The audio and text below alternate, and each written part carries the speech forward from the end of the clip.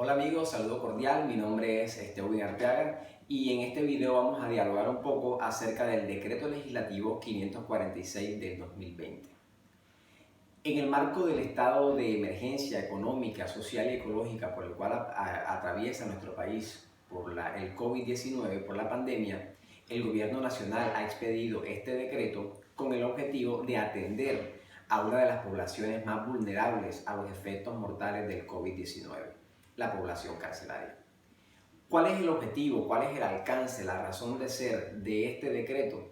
Buscar sustituir la pena de prisión y también las medidas de aseguramiento que se cumplen actualmente en los distintos establecimientos carcelarios por la prisión domiciliaria y por la detención también preventiva domiciliaria de manera transitoria en los lugares de residencia de estas personas. Es decir, busca proteger a estas personas que se encuentran en las cárceles y combatir de esa manera el hacinamiento en las cuales se encuentran para evitar la propagación del COVID-19. Entonces, ¿cuál es el objetivo? ¿Qué es lo que se busca? Que estas personas salgan de la cárcel y puedan llegar a sus casas mientras dura este estado de emergencia. La norma comienza hablando, mostrando quiénes van a ser los beneficiarios de esta excarcelación. Y menciona unas 6 o 7 personas o 7 grupos de personas. En primer lugar, menciona a las personas por razón de la edad mayores de 60 años que se encuentren presos, privados de la libertad, mujeres estén en proceso de gestación o con niños menores de 3 años, personas que tengan enfermedades graves, que tengan cáncer, que tengan VIH, entre otras, personas cuya movilidad física se encuentra reducida por discapacidad, personas que hayan sido condenadas por delitos culposos, personas que actualmente se encuentren privadas de la libertad, condenadas por penas hasta de 5 años, y también aquellas personas que hayan cumplido el 40% de la pena que se les haya impuesto.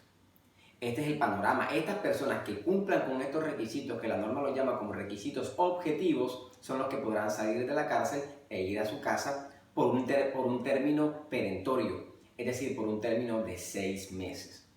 Estas personas no van a salir de vacaciones, sino que van a seguir pagando su pena, ya no en el establecimiento carcelario en el cual se encuentran, sino desde sus casas. Significa ello que el tiempo que duren en sus casas es un tiempo que se va también a computar o que se va a sumar en el término de la duración de la pena o el cumplimiento de la pena o de la medida de aseguramiento en este caso, según sea la circunstancia en que se encuentra esa persona. Entonces, lo primero es que la norma establece quiénes van a ser los beneficiarios, este grupo de personas. Acto seguido establece cuál va a ser el procedimiento a seguir.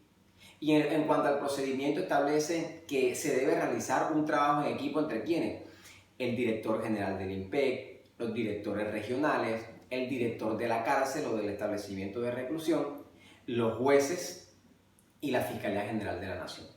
El procedimiento a seguir es el siguiente, básicamente lo voy a resumir. El director de cada cárcel revisa que los internos, quién de los internos cumple con los requisitos objetivos que trae la norma, que trae el decreto. De ese listado que realizan, lo remiten.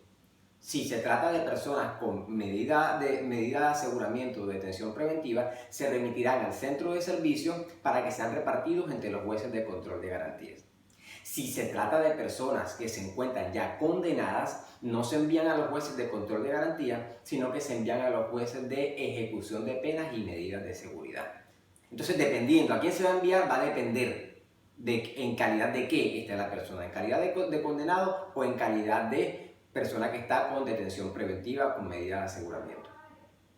En ese orden de ideas, tienen que enviar entonces el listado, tienen que enviar la cartilla biográfica y tienen que enviar el certificado médico si son personas que están con medidas de aseguramiento.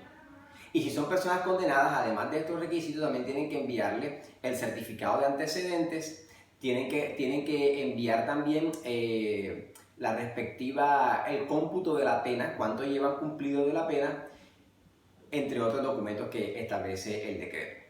Se envía a quien corresponda, al juez de control de garantía o al juez de conocimiento.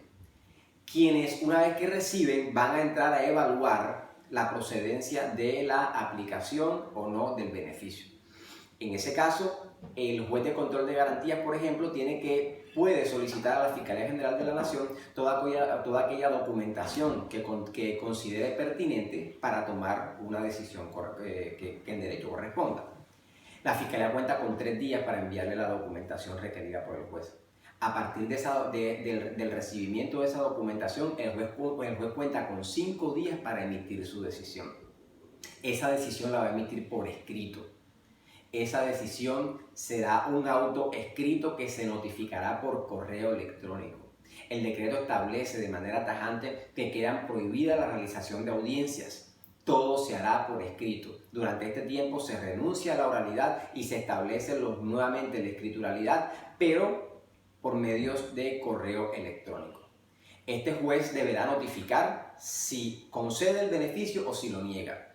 Si lo concede, la persona deberá suscribir un acta en la oficina jurídica del centro de reclusión donde se encuentre, que se entenderá prestada bajo la gravedad del juramento, y no se le podrá imponer brazalete, caución, ningún tipo de medida para evitar su salida. La persona tendrá que salir. Puede salir inmediatamente, una vez suscrita el acta. A partir de allí, si el juez niega la medida, niega el beneficio, esa decisión también puede ser objeto de recurso de apelación ante el superior jerárquico del juez que emitió dicha decisión. Ese es el procedimiento. Ahora, la parte más polémica de este decreto legislativo, los que están excluidos. Y la norma establece un listado de aproximadamente unos 70 o 80 delitos de personas que están excluidas de este beneficio. ¿Quiénes son? Personas que hayan cometido delitos contra la vida, contra la integridad personal, delitos contra la libertad y formación sexual, delitos contra los niños, delitos contra personas y bienes protegidos por el derecho internacional humanitario, violencia intrafamiliar, concierto para delinquir. Es decir, establece una serie de delitos que te dice, así una persona cumpla con los requisitos objetivos del artículo 2, es decir, sea mayor de 60 años, mujer, pero si cometiste uno de estos delitos o estás siendo investigada por uno de estos delitos, no tendrás derecho al beneficio. Es decir, por un lado, aparentemente abre la posibilidad de que muchos salgan, pero por otro lado la cierra cuando uno encuentra cuáles son los delitos, pero a eso me referiré más adelante. Entonces, establece esa cláusula de exclusión. Quedan excluidas del beneficio este tipo de personas. La medida, como ya señalé, tendrá una duración de 6 meses, computables, sumables al cumplimiento de la pena. Una vez que se cumpla el plazo, que se acabe con esta cuarentena, estas personas deberán de manera voluntaria presentarse dentro de los 5 primeros días al centro de reclusión para volver a continuar pagando su pena de manera interna, recluidos allá.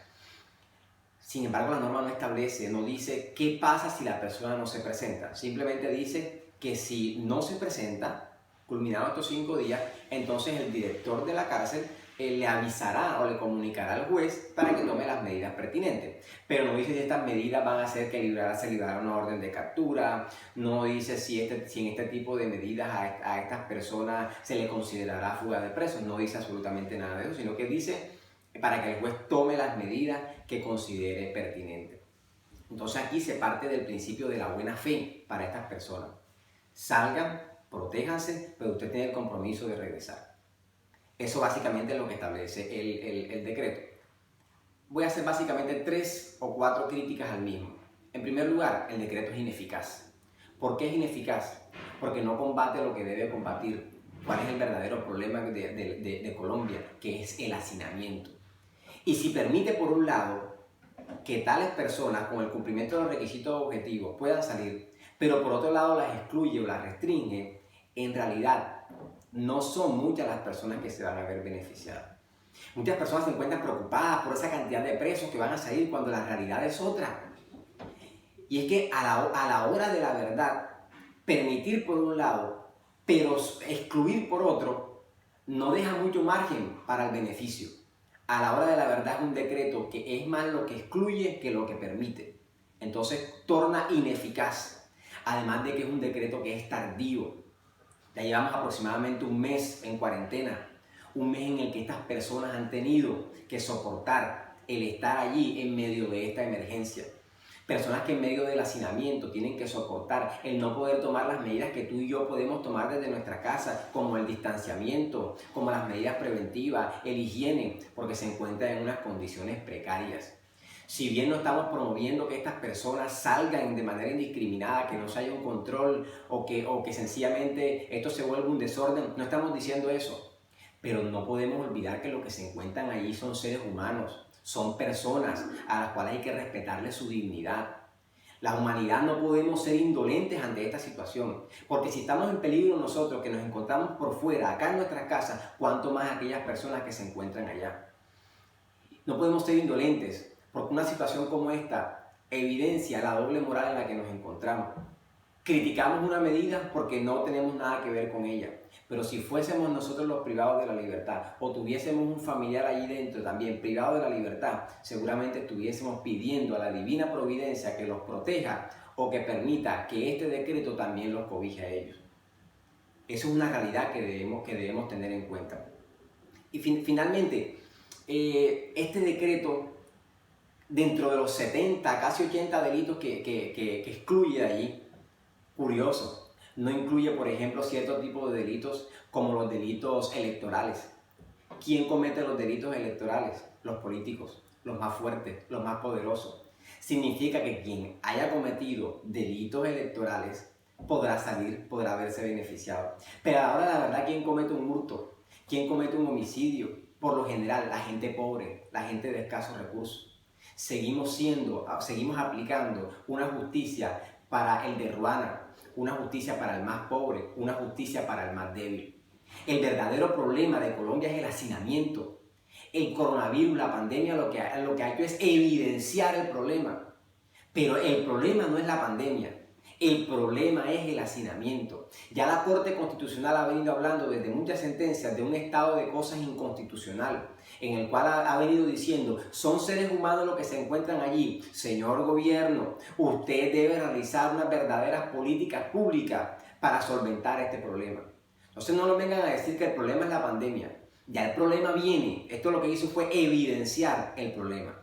Por lo tanto, es un decreto bastante polémico, quería explicarlo, quería compartirlo con ustedes, pero definitivamente Colombia necesita otro tipo de medidas, unas medidas que resuelvan el problema de raíz, que resuelvan el problema de verdad, no pañitos de agua tibia. Entonces no se les olvide compartir este video, suscribirse a nuestro canal y nos vemos en una próxima ocasión.